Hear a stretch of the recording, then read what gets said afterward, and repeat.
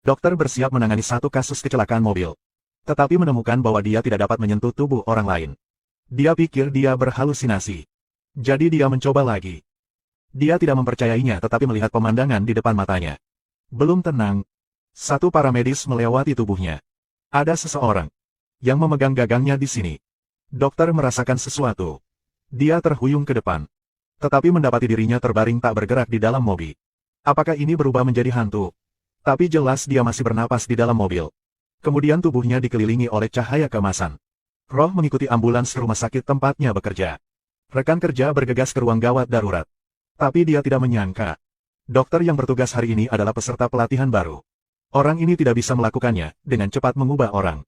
Tapi kalimat pertama trainee membuka mulutnya membuatnya merasa penuh harapan. Lakukan CPR terlebih dahulu.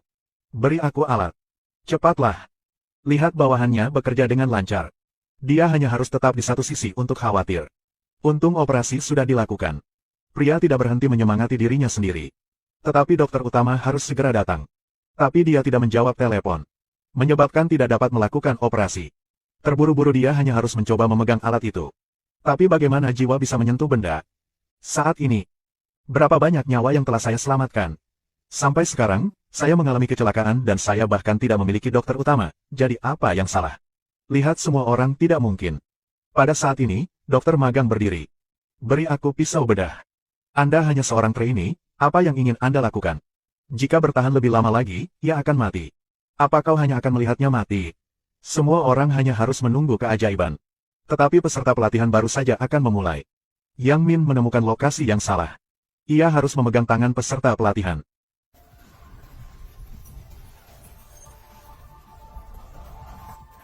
Menunggu pemulihan. Dia menemukan jiwanya telah memasuki trainee. Untuk menyelamatkan hidupnya sendiri, dia hanya harus beroperasi sendiri.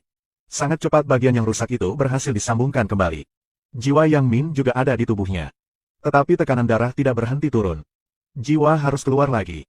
Dengan tekanan darah turun, jiwanya juga memudar. Tanpa jiwa untuk bertahan, magang mulai takut darah. Untungnya, dokter utama datang tepat waktu. Dengan begitu operasi bisa berakhir dengan lancar. Yang Min adalah roh yang berlari ke kamar rumah sakit. Tapi ternyata ia tidak bisa masuk. Ia tidak bisa masuk sampai perawat membuka pintu.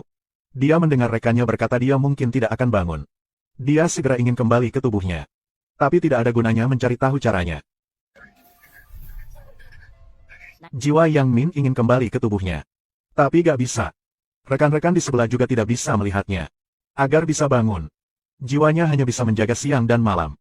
Tetapi ketika ia tidak sengaja melihat ke atas, dia menemukan bahwa saluran pembuangannya tidak cukup terpasang. Dia ingin memasang kembali dirinya sendiri. Dia menemukan bahwa dia tidak bisa menyentuhnya. Itu benar-benar membuatku kesal. Perawat di unit perawatan intensif terlalu tidak bertanggung jawab.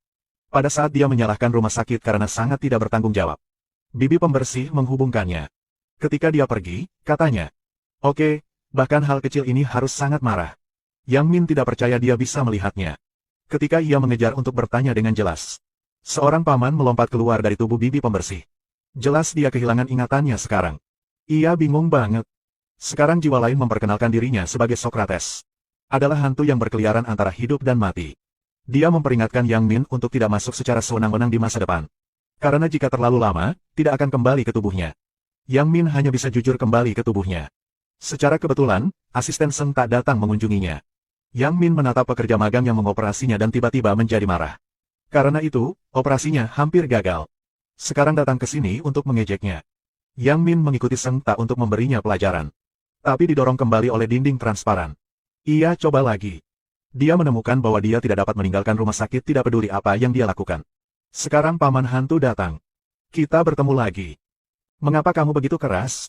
Apa yang membuatmu takut melihat hantu? Yang Min buru-buru berbicara tentang apa yang baru saja terjadi. Paman menjelaskan. Karena dia hanya koma sementara.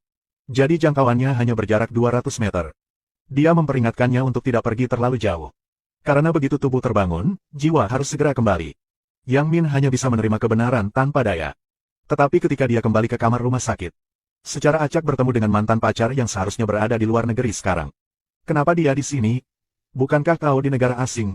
Ternyata dia telah melakukan operasinya beberapa hari yang lalu. Kebetulan mendapat SMS dari pacarnya. Katakan aku ingin bertemu denganmu satu kali sebelum pergi. Ketika dia bergegas ke tempat itu tidak ada seorang pun. Dan saat ini ia mendapat telepon dari pasien. Kemudian dalam perjalanan kembali mengalami kecelakaan mobil. Ia tidak merasa benar sekarang. Ternyata operasinya sangat berhasil. Tapi kenapa presiden masih koma? Dan mantan pacarnya adalah putri presiden. Mengunjungi ayahnya juga ditolak. Yang Min berpikir pasti ada masalah dengan ini. Dia kemudian menguping pembicaraan rekannya. Menemukan bahwa seorang rekan mendengar jumlah yang salah. Menyuntik presiden dengan obat yang salah. Dan dokter yang menyuntikkan obat itu adalah adik dari wakil presiden. Seng Tak juga dokter magang baru. Untuk memverifikasi dugaannya, Yang Min datang untuk memeriksa situasi presiden lagi. Tiba-tiba sebuah bidak catur dilempar ke arahnya. Aku sudah menunggu lama. Apakah kau menemukan cara untuk menyelamatkanku? Ternyata presiden juga berubah menjadi roh seperti dia. Yang Min buru-buru menjelaskan bahwa bukan dia yang menyakitinya. Dua orang belum selesai berbicara. Putra bungsu presiden masuk. Dia dengan marah menyalahkan ayahnya karena tidak patuh. Jujur saja 1 tahun cukup, kenapa harus operasi? Membuatnya tidak mungkin untuk menyerang sendiri. Presiden tidak percaya ketika dengar katanya. Yang Min mengikutinya ke atap. Menemukan menunggu di sini adalah wakil presiden. Dari percakapan dua orang, ia tahu. Dia melakukan operasi untuk presiden. Itu sesuai dengan minat mereka. Yang Min terus mendengarkan. Tetapi keduanya sangat berhati-hati. Untuk tidak berbicara terlalu banyak. Yang Min hanya harus pergi ke tempat Seng Tak untuk memeriksanya. Kamu adalah seorang idiot. Seng Tak menerima telepon. Yang Min memiliki masalah dengan tubuhnya. Seng Tak bergegas ke sana. Yang Min juga khawatir dan mengejarnya.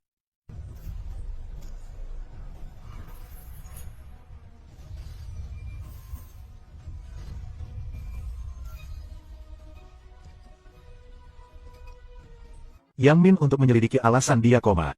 Ia meminjam tubuh Seng Tak untuk menyelidiki rekam medis secara diam-diam. Tetapi secara tidak sengaja tersingkir oleh dokter wanita. Di Lin Hon Tiap Tuk Sem Lai Kakech Nao Dong Fao Koncuel. Ia hendak memasuki Seng Tak lagi. Dokter Ahen tiba-tiba muncul. Dia menyuruh Seng Tak untuk datang ke konferensi tentang insiden pengobatan untuk presiden besok. Yang Min berniat memasuki tubuh Seng Tak besok untuk menyelesaikan masalah ini. Tiba-tiba paman hantu itu menemukannya. Peringatkannya untuk tidak masuk secara sewenang-wenang. Ini akan mempengaruhi kehidupan orang lain.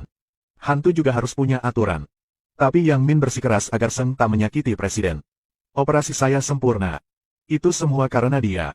Jika bukan karena orang-orang itu, presiden akan tetap baik-baik saja. Aku juga bukan hantu. Aku tidak akan pernah memaafkan mereka. Paman hantu berharap dia mempercayai Seng Tak untuk sekali ini. Sama seperti Yang Min menjadi pengamat hari itu. Menghadapi pertanyaan sulit. Semua dokter yang bertanggung jawab mengabaikannya. Mereka menyalahkan Seng Tak yang menyuntik presiden. Saat ini, wakil rektor mengungkapkan senyuman. Ini dia tidak ingin Seng Tak mewarisi rumah sakit dan melakukannya dengan sengaja. Tapi sekarang Seng Tak dengan bebas berdiri dan mengatakan bahwa dia tidak pernah menyuntikkan obat. Apalagi mencari perawat untuk bersaksi. Ternyata hari itu setelah dia bergegas ke kamar khusus. Dia menemukan bahwa presiden tidak membutuhkan suntikan. Setelah berbicara dengan perawat, dia pergi. Setelah konferensi berakhir, wakil rektor kembali ke kantornya. Dengan marah menyuruh bawahannya untuk terus berpikir. Di sisi lain Yang Min mulai mencari si pembunuh. Ia tak percaya siapa. Tetapi berpikir bahwa semua orang tidak akan menjualnya. Dia tidak punya pilihan selain menemukan presiden untuk menghilangkan kesedihannya.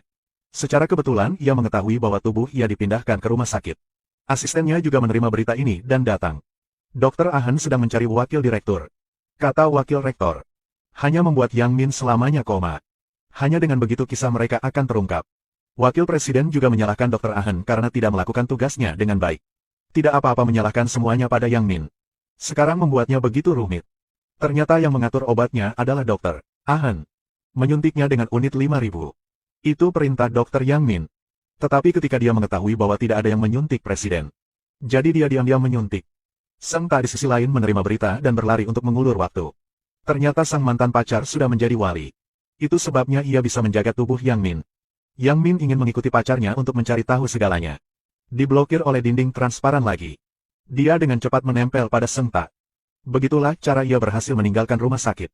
Ketika dia membungkuk untuk melihat ponselnya. Tak berhati-hati menyentuh tubuh orang lain. Jiwa Yang Min meninggalkan tubuh. Dan secara bertahap menghilang. Dengan tangan dua orang terulur. Jiwa berubah menjadi cahaya dan memasuki tubuh. Pria yang didatangkan itu langsung memberikan pertolongan pertama kepada orang yang berada di pinggir jalan itu.